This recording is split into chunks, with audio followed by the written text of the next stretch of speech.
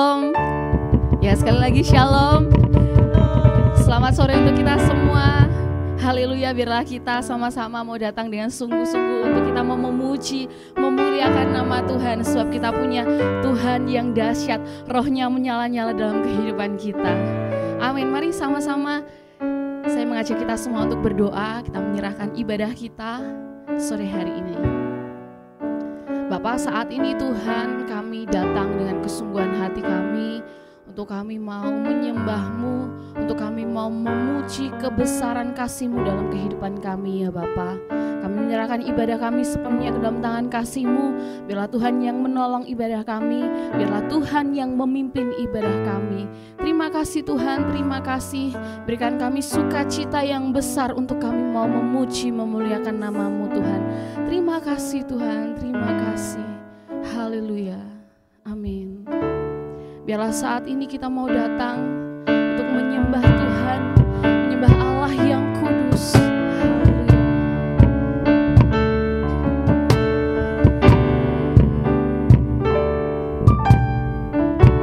Saat ku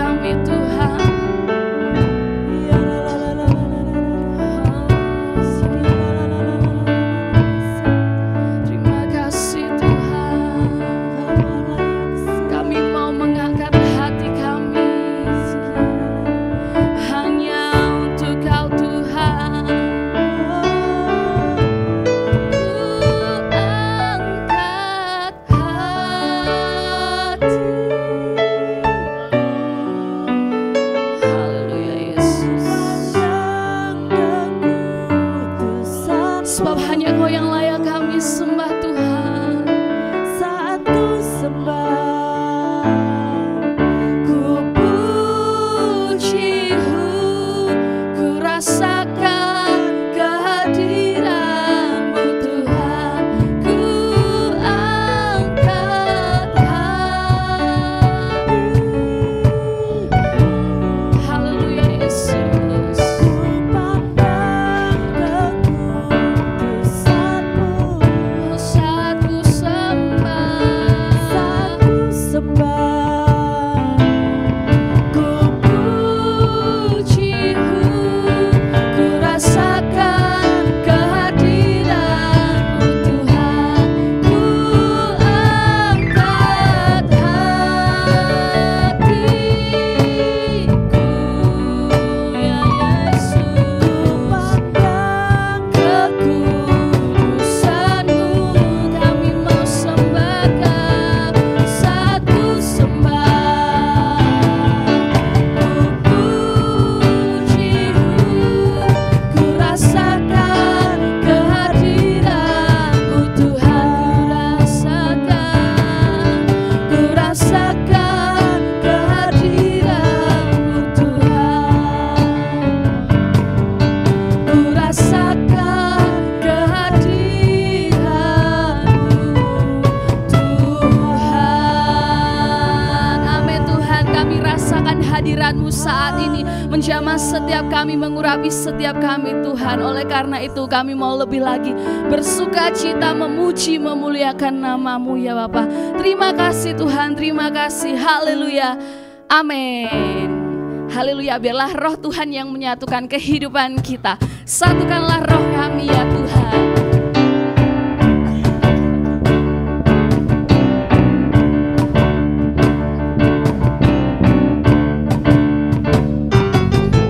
Satukanlah roh kami ya Tuhan. Bergandeng tangan kami semuanya. Dalam hadirat-Mu kami menyembah-Mu. Curahkanlah roh-Mu atas kami. Satukanlah roh kami ya Tuhan. Bergandeng tangan kami semuanya. Dalam hadirat-Mu kami menyembah-Mu. Curahkanlah roh-Mu atas kami. Roh tercurah dari surga, bumi bersukacita. Roh tercurah dari surga, bangsa-bangsa bersorak. Roh tercurah dari surga, gereja Tuhan dibangkitkan. Roh tercurah dari surga, gereja Tuhan dimenangkan. Semua bangsa-bangsa kan mengaku bahwa Yesus Tuhan. Satukanlah roh kami, satukanlah roh kami ya Tuhan. Bergandeng tangan kami semuanya. Dalam hadirat kami mau sembah Kau Tuhan. menyembah-Mu. Curahkanlah roh-Mu atas kami. Roh tercurah dari surga, bumi bersukacita. Roh tercurah dari surga, bangsa-bangsa bersorak. Roh tercurah dari surga, gereja Tuhan dibangkitkan. Roh tercurah dari surga, gereja Tuhan dimenangkan. Semua bangsa-bangsa kan mengaku bahwa Yesus Tuhan.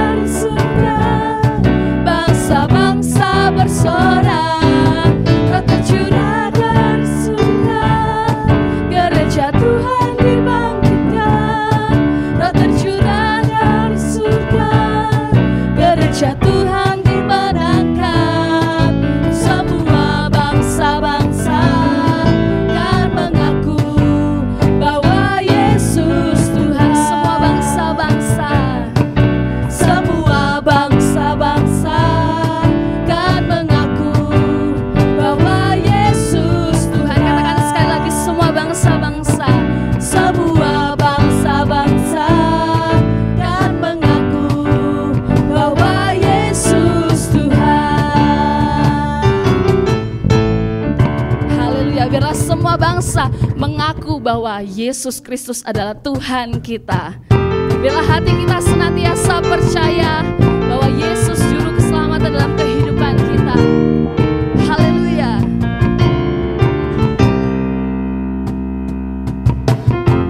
Tuhanlah kekuatan dan mazmurku, Dia gunung batu dan keselamatanku. Hanya padamu hatiku percaya, Kaulah menara Dan kota perlindungan. Amin.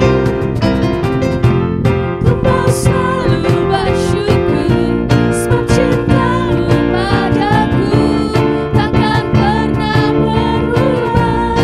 Hatiku percaya walau bumi bergoncang, gunung-gunung beranjak, namun kasih setiamu tak pergi dariku. Sebab Kau kekuatan kami Tuhan.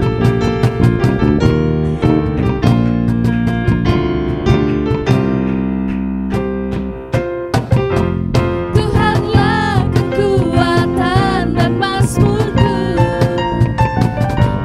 Dia gunung batu dan keselamatanku.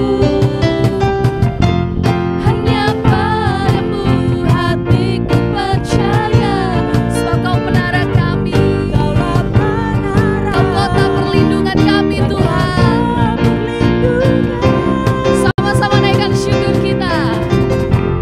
Ku mau selalu bersyukur sebab cintamu padaku takkan pernah berubah. Hatiku percaya walau bumi bergoncang, gunung-gunung beranjak, namun kasih setiamu tak pergi dariku. Ku mau selalu bersyukur sebab cintamu padaku takkan pernah berubah. Hati kami percaya hanya padamu Tuhan. Walau bumi bergoncang, gunung-gunung beranjak, namun kasih setiamu tak pergi dariku. Ku mau selalu bersyukur sebab cintamu padaku takkan pernah berubah. Hatiku percaya walau bumi bergoncang, gunung-gunung beranjak, namun kasih setiamu tak pergi dariku. Kasih setiamu tak pergi dariku. Kasih setiamu tak pergi dariku. Sungguh kasih setiamu tidak pernah pergi dalam kehidupan kami Tuhan. Sebab penyertaan-Mu nyata ya Bapa. Haleluya.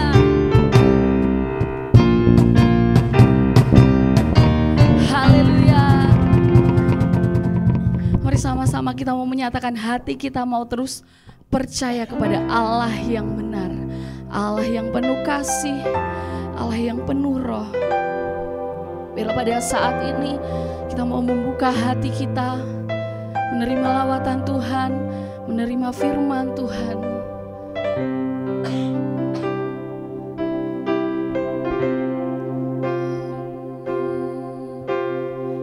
Roh-Mu yang hidup penuhiku,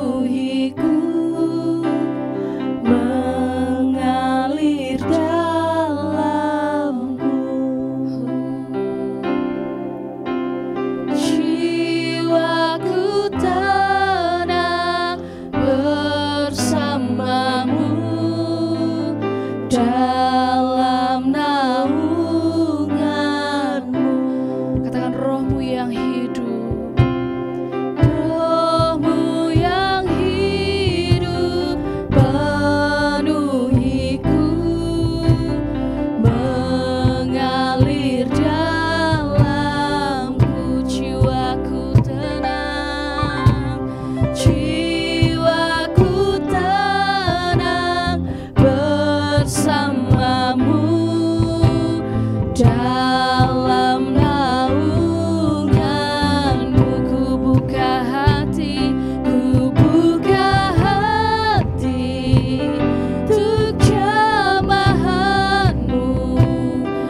berserah penuh di hadirat-Mu. Kau ambil alih seluruh hidupku di altar-Mu, menyembah-Mu. Katakan, Roh-Mu yang kudus pulihkanku. Roh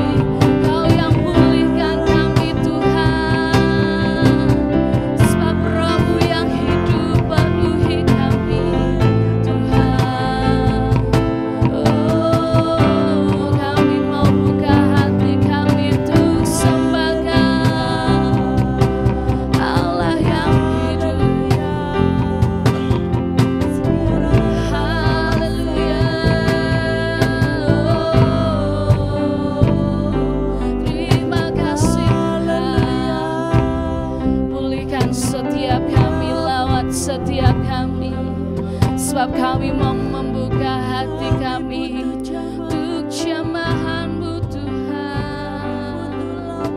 Bapa di surga, terima kasih Bapa atas hari ini Engkau masih berikan kami kesempatan hari yang baru untuk kami bisa memuji-Mu, membesarkan nama-Mu Tuhan pada sore hari ini Bapa. Pada saat ini Tuhan, kami akan merenungkan kebenaran firman-Mu. Biarlah firman-Mu ini bisa kami lakukan Tuhan di setiap kehidupan kami. Memberkati juga hamba-Mu Tuhan. Biarlah Roh Kudus-Mu yang beracara dalam setiap perkataan apa yang hamba-Mu sampaikan Tuhan semuanya berasal daripada-Mu. Terima kasih Bapa di surga. Terima kasih Tuhan Yesus. Dalam nama Tuhan Yesus kami berdoa dan mengucap syukur. Amin. Shalom. Puji Tuhan.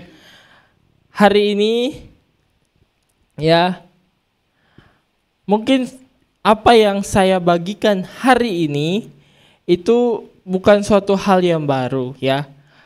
Tetapi kisah ini merupakan kisah tentang anak yang hilang ya. Mungkin kita sudah sering dengar ya. Bahkan kita sudah baca berulang-ulang ya, tapi hari ini saya mau membagikan suatu hal yang baru ya, yang Tuhan taruh dalam hati saya ketika firman Tuhan ini saya renungkan kembali ya, Bapak Ibu Saudara. Saat saya membaca kebenaran firman Tuhan ini, saya menemukan satu kata ini ya Bapak Ibu Saudara. Kita seringkali menyoroti anak yang hilang itu ya. Padahal pesan utama dari firman Tuhan ini adalah tentang Bapa yang setia menanti kepulangan anak-anaknya. Karena itu firman Tuhan di hari ini berbicara tentang kasih Bapa kepada anak-anaknya. Kasih Bapa kepada anak-anaknya. Dan mari kita buka bersama-sama dalam Lukas pasal 15 ayat 20. Kita langsung ke ayat yang ke-20 ya Saudara. Firman Tuhan ini mungkin mana anak itu hilang ya. Bagaimana anak itu menghambur-hamburkan harta ayahnya dan kemudian ia kembali lagi kepada ayahnya ya. Mari kita baca bersama-sama. Maka bangkitlah ia dan pergi kepada bapaknya. Ketika ia masih jauh, ayahnya melihatnya, lalu tergeraklah hatinya oleh belas kasihan. Ayah itu berlari mendapatkan dia, lalu merangkul dan mencium dia. Ya, perhatikan ini. Bapa itu berlari, ya. Di dalam budaya pada saat itu ya Bapak Ibu Saudara, seorang ayah tidak akan berlari, ya. Dan itu pun tidak pantas ya. Tidak dianggap pantas ya Bapak Ibu Saudara. Tetapi kasih itu mengalahkan sebuah kehormatan. Kasih membuat seorang bapa rela ya berlari ya memeluk anaknya yang kotor ya, yang sudah lari dari rumahnya, mengambil hartanya bahkan ya. Bahkan pada saat itu ya anak ini tuh belum sempat meminta maaf kepada ayahnya. Ya, Saudara.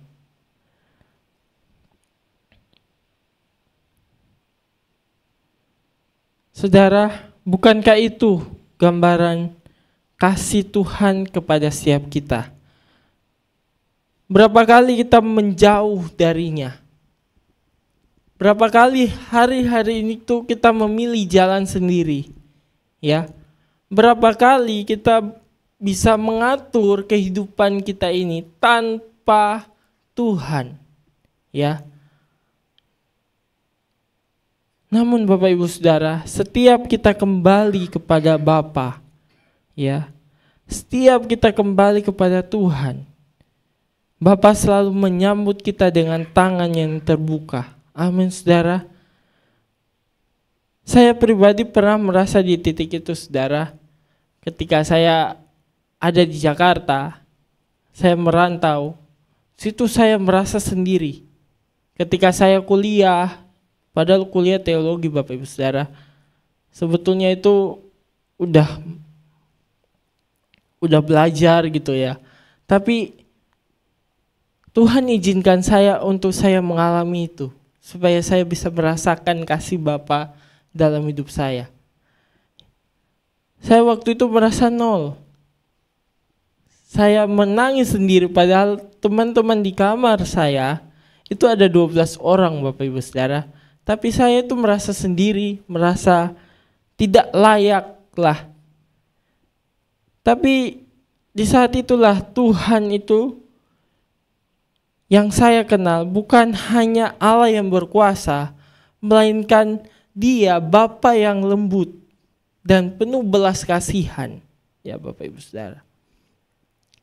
Inilah yang membedakan kekristenan dengan agama-agama lain Bapak Ibu Saudara. Agama mengajarkan manusia untuk mencari Tuhan. Tetapi kekristenan mengajarkan setiap kita bahwa Tuhanlah yang lebih dahulu mencari kita. Mari kita buka dalam 1 Yohanes 4 ayat 19. 1 Yohanes 4 ayat 19. Bagaimana Allah itu lebih dahulu mengasihi kita. Kita mengasihi karena Allah lebih dahulu telah mengasihi kita. Bapak Ibu Saudara, agama itu berkata bahwa berbuatlah baik supaya Tuhan menerimamu. Ya, tetapi Injil firman Tuhan itu berkata, engkau sudah diterima karena Kristus telah menebus setiap kita. Amin, saudara. Kalau kita hanya mengenal Tuhan sebagai Tuhan yang jauh, ya, kita akan hidup dalam ketakutan saja. Tetapi kalau kita mengenal Tuhan sebagai Bapa kita, ya, kita akan hidup di dalam kasih yang sesungguhnya. Dan kasih itulah yang memulihkan setiap hidup kita, bukan membuat kita merasa takut hari-hari ini. Mari kita buka Bapak Ibu Saudara di dalam Lukas pasal 15 tadi. Tapi di ayat yang ke-22 ya. Kita akan fokus ke ayat yang ke-22 karena menurut saya ayat ini tuh ada 3 hal penting yang Tuhan berikan kepada setiap kita, ya, anak-anaknya. Ya, Tuhan berikan 3 hal penting ini. Kita bukan baca secara bersama-sama, tetapi ayat itu berkata kepada hamba-hambanya, lekaslah bawa kemari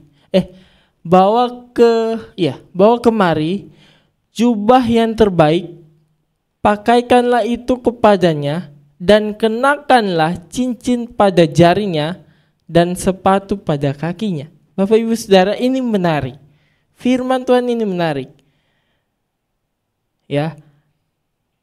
Bapak ini tidak marah duluan ya ketika bertemu dengan anak yang hilang ini.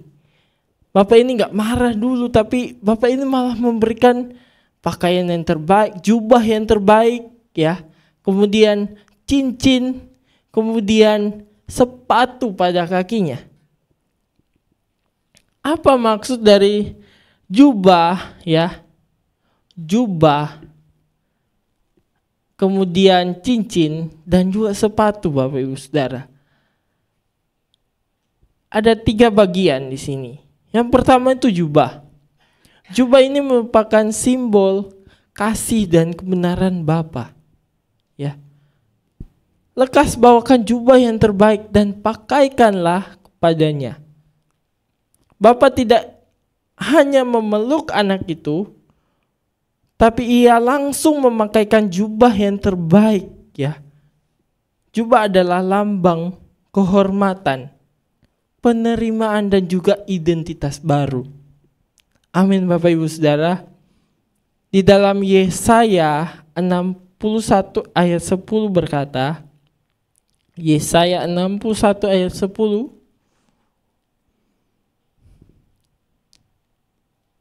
ya,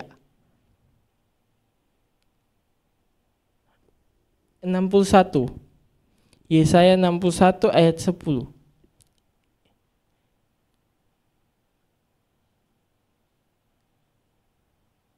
Iya. Aku bersukaria di dalam Tuhan, jiwaku bersorak-sorai di dalam Allahku, sebab Ia mengenakan pakaian keselamatan kepadaku dan menyelubungi aku dengan jubah kebenaran. Seperti pengantin laki-laki yang mengenakan perhiasan kepala dan seperti pengantin perempuan yang memakai perhiasannya. Artinya apa saudara, Bapak Ibu Saudara? Tuhan ini memakaikan jubah kebenaran.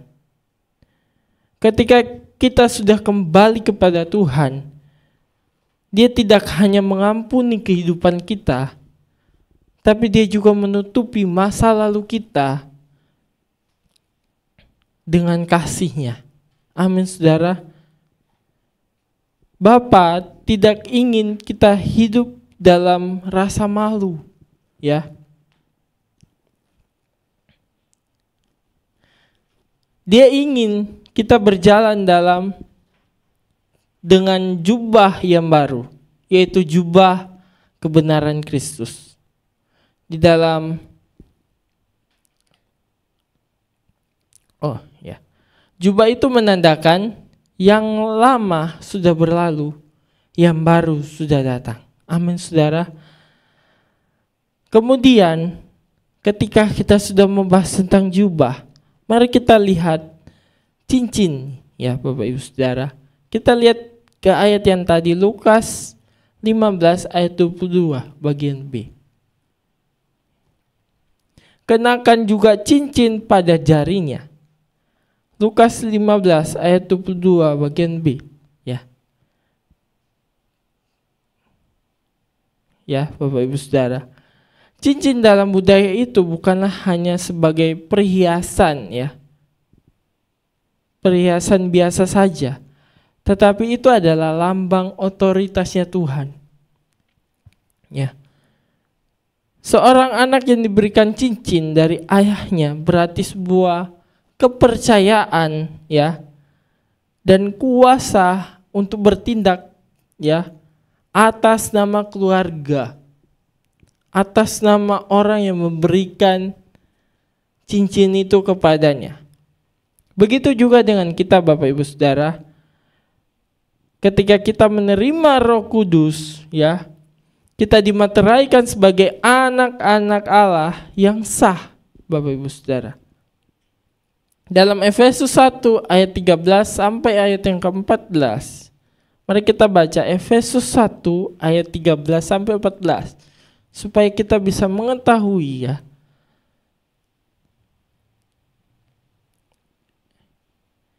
Di dalam Dia kamu juga, karena kamu telah mendengar firman kebenaran, ketika kamu percaya, dimateraikan dengan Roh Kudus yang dijanjikannya itu, ya. Kasih Bapa itu tidak berhenti di pengampunan saja, ya. Ayat yang ke-14, dan Roh Kudus itu adalah jaminan bagi kita sampai kita memperoleh seluruhnya, yaitu penebusan yang menjadikan kita milik Allah untuk memuji kemuliaannya. Kasih Bapa itu tidak berhenti pada pengampunan saja. Ia meneguhkan kita dengan perjanjian yang kekal. Ya Bapak Ibu Saudara.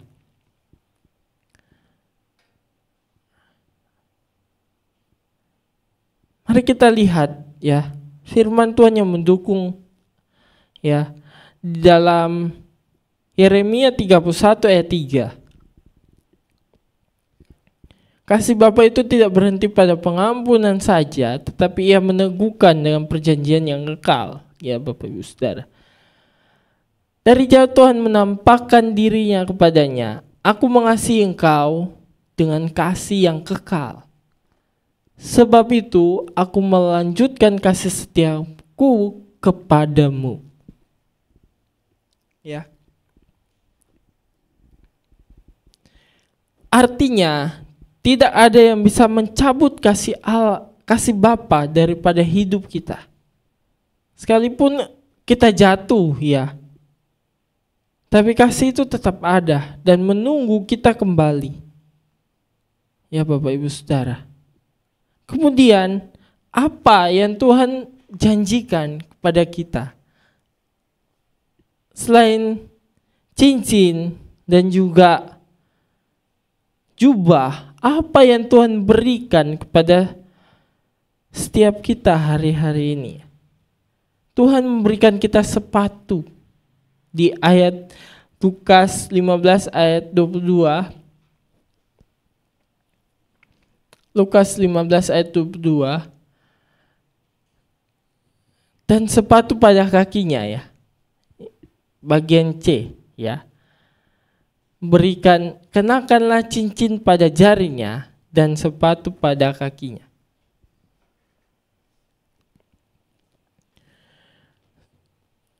Saudara tahu pada zaman itu seorang hamba tidak menggunakan sepatu, ya. Tidak memakai sepatu. Kalau menjadi seorang hamba itu tidak memakai sepatu. Hanya pakai apa ya? Hanya ya telanjang kaki aja, Bapak Ibu Saudara. Tetapi firman Tuhan ya ini mengingatkan kita bahwa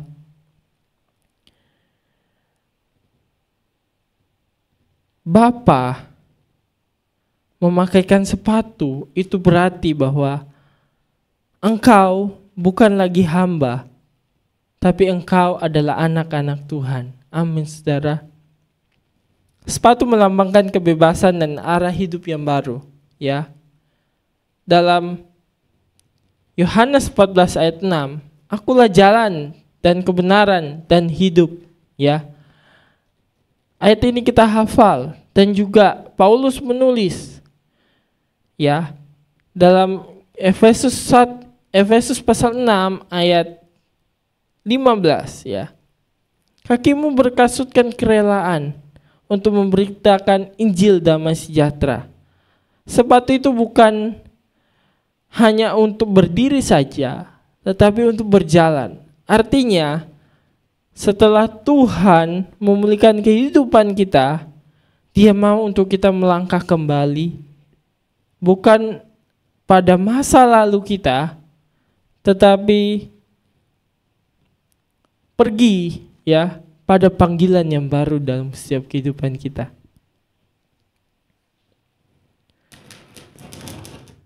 Saya akan menutup firman Tuhan hari ini. Ya. Kasih itu kasih yang memulihkan. Ya. Saudara yang dikasihi Tuhan, Bapak itu tak pernah berhenti ya. Kasih Bapa itu tidak pernah berhenti di pintu pengampunan saja. Dia melangkah lebih jauh menuju pada pemulihan. Ya. Dia memakaikan jubah untuk menutupi rasa malu. Cincin untuk meneguhkan identitas kita sebagai anak Allah. Ya. Dan juga sepatu untuk menuntun kita ke langkah masa depan yang baru dalam setiap hidup kita.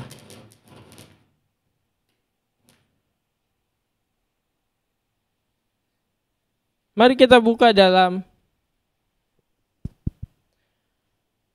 2 Korintus 5 ayat 17. Ini sebagai ayat terakhir Bapak Ibu Saudara. 2 Korintus 5 ayat 17. Jadi Siapa yang ada dalam Kristus, ia adalah ciptaan baru. Yang lama sudah berlalu, sesungguhnya yang baru sudah datang. Ya. Kasih Bapa itu tidak menyerah dalam setiap kehidupan kita. Dia tidak hanya ingin kita diampuni saja, tetapi kita dipulihkan dan kita diutus kembali menjadi pembawa kabar baik buat orang-orang yang ada di luar sana. Ya. Mari kita tundukkan kepala kita berdoa. Kami datang kepadamu Tuhan, pada hari ini Tuhan. Kami percaya Engkau Bapa yang bukan hanya mengampuni setiap kehidupan kita, tetapi Engkau Bapa yang memakaikan jubah, ya, untuk menutupi rasa malu setiap kehidupan kita, dan juga untuk meneguhkan identitas pribadi kita sebagai anak Allah. Dan juga Tuhan, Engkau Tuhan yang menuntun langkah hidup kita ke masa depan yang baru. Terima kasih Tuhan atas firman-Mu. Terima kasih Tuhan atas rema kebenaran firman-Mu pada hari ini Bapa. Biarlah Tuhan firman yang kami dapat ini kami bisa lakukan Tuhan. Terima kasih untuk jubah kebenaran-Mu yang menutupi masa lalu kami, untuk cincin perjanjian yang meneguhkan ya kami sebagai anak-anak-Mu, dan untuk sepatu yang memampukan kami berjalan lagi dalam panggilan-Mu Tuhan. Hari ini Tuhan kami mau berkata, kami mau pulang ya Bapa. Kami mau kembali hidup dalam kasih-Mu. Di dalam nama Tuhan Yesus kami berdoa dan mengucap syukur. Semua yang percaya katakan amin. Shalom, Tuhan Yesus memberkati.